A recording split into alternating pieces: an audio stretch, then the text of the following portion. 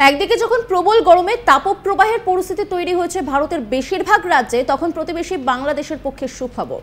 তাপপ্রবাহের মাঝেই বৃষ্টির পূর্বাভাস দিয়েছে সে দেশের আবহাওয়া দপ্তর।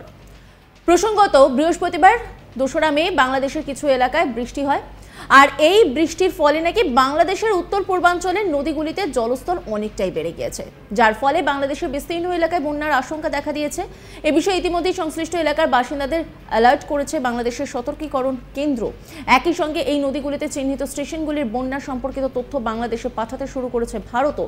জানা গেছে বুধবার ১ মে থেকে বন্যা সম্পর্কিত এই তথ্য বাংলাদেশে পাঠাতে শুরু করেছে ভারত বাংলাদেশ যৌথ নদী কমিশন কাঠামোর তত্ত্বাবধানে ভারত এই বন্যা সম্পর্কিত তথ্য পাঠাচ্ছে। জানা গিয়েছে ব্রহ্মপুত্র, বরাক, মনু, গোমতীর মতো আন্তঃসীমান্ত নদীগুলিতে চিহ্নিত ভারতীয় স্টেশনগুলির জলের স্তর পূর্বাভাসের স্তর, প্রবাহিত জলের পরিমাণ এবং বৃষ্টিপাতের মতো তথ্য দিচ্ছে ভারত।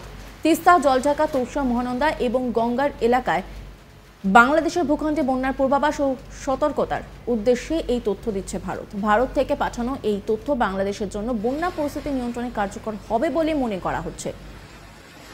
আগে বন্যার তথ্য আদান প্রদানের নির্ধারিত সময়কাল ছিল ১ মে থেকে ১৫ অক্টোবর, কিন্তু বর্ষা ঢুকতে দেরি হওয়ার ফলে উদ্ভূত বন্যা পরিস্থিতির জন্য ২০২২ সালে ৩১ অক্টোবর পর্যন্ত তা বাড়ানো হয়েছিল। আধিকারিকরা জানিয়েছেন ২০২৩ সালে বন্যার পূর্বাভাস এবং সতর্কতামূলক কার্যক্রমে নিযুক্ত ভারত ও বাংলাদেশের সংশ্লিষ্ট আধিকারিকদের একটি হোয়াটসঅ্যাপ গ্রুপও নির্বিঘ্নে এবং সময়মতো ডেট ট্রান্সমিশনের জন্য স্থাপন করা হয়েছিল। এই গ্রুপটিও ১ মে পুনরায় চালু করা হয়েছে। প্রসঙ্গত, উত্তর পূর্ব ভারতের রাজ্যগুলিতে একটি বেশি বৃষ্টি হলেই বন্যা পরিস্থিতি তৈরি হয় বাংলাদেশে, কিন্তু আগে থেকে তথ্য পেয়ে গেলে সেখানে সতর্কতামূলক ব্যবস্থা গ্রহণ করা যাবে বলেও জানিয়েছেন আধিকারিকরা। বাংলাদেশের বন্যার পূর্বাভাস ও সতর্কীকরণ কেন্দ্র সূত্রে খবর, সেদেশের উত্তর পূর্বাঞ্চলে নেত্রকোনা, সুনামগঞ্জ, কিশোরগঞ্জ ও মৌলভীবাজার এলাকায় বন্যার আশঙ্কা দেখা দিয়েছে। ওই এলাকার পরিস্থিতি গভীরভাবে নজর রাখার পাশাপাশি বেশ কিছু সতর্কতামূলক ব্যবস্থা গ্রহণের পরামর্শ দেওয়া হয়েছে বলেও জানানো হয়েছে।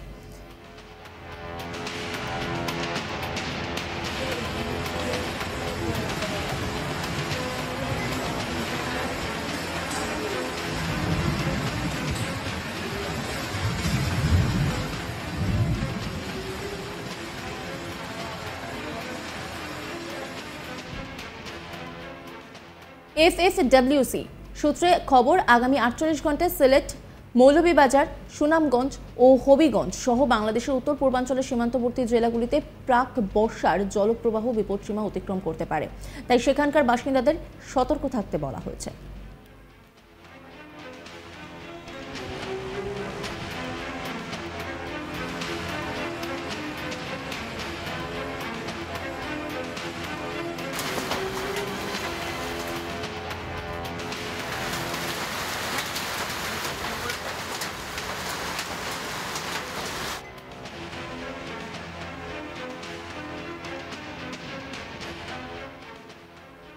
একদিকে যখন প্রবল গরমে তাপপ্রবাহের পরিস্থিতি তৈরি হয়েছে ভারতের বেশিরভাগ রাজ্যে, তখন প্রতিবেশী বাংলাদেশের পক্ষে সুখবর। তাপপ্রবাহের মাঝেই বৃষ্টির পূর্বাভাস দিয়েছে সে দেশের আবহাওয়া দপ্তর। প্রসঙ্গত, বৃহস্পতিবার ২রা মে বাংলাদেশের কিছু এলাকায় বৃষ্টি হয়। আর সেই বৃষ্টির ফলে নাকি বাংলাদেশের উত্তর পূর্বাঞ্চলের নদীগুলিতে জলস্তর বেড়ে গিয়েছে, যার ফলে বাংলাদেশের বিস্তীর্ণ এলাকায় বন্যার আশঙ্কা দেখা দিয়েছে। এ বিষয়ে ইতিমধ্যেই সংশ্লিষ্ট এলাকার বাসিন্দাদেরকে অ্যালার্ট করা হয়েছে বাংলাদেশের সতর্কীকরণ কেন্দ্রগুলির পক্ষ থেকে। একই সঙ্গে এই নদীগুলিতে চিহ্নিত স্টেশনগুলির বন্যা সম্পর্কিত তথ্য বাংলাদেশে পাঠাতে শুরু করেছে ভারতও।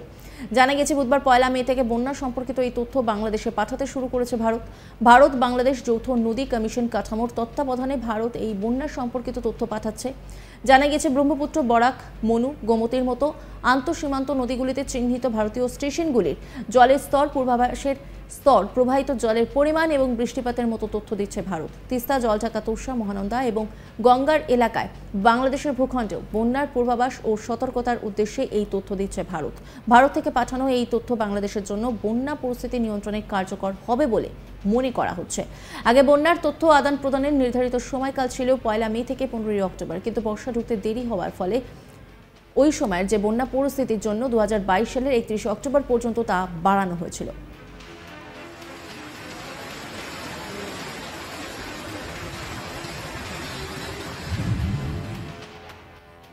নজর রাখুন আজ তাক বাংলার ইউটিউব স্ট্রিমিংয়ে।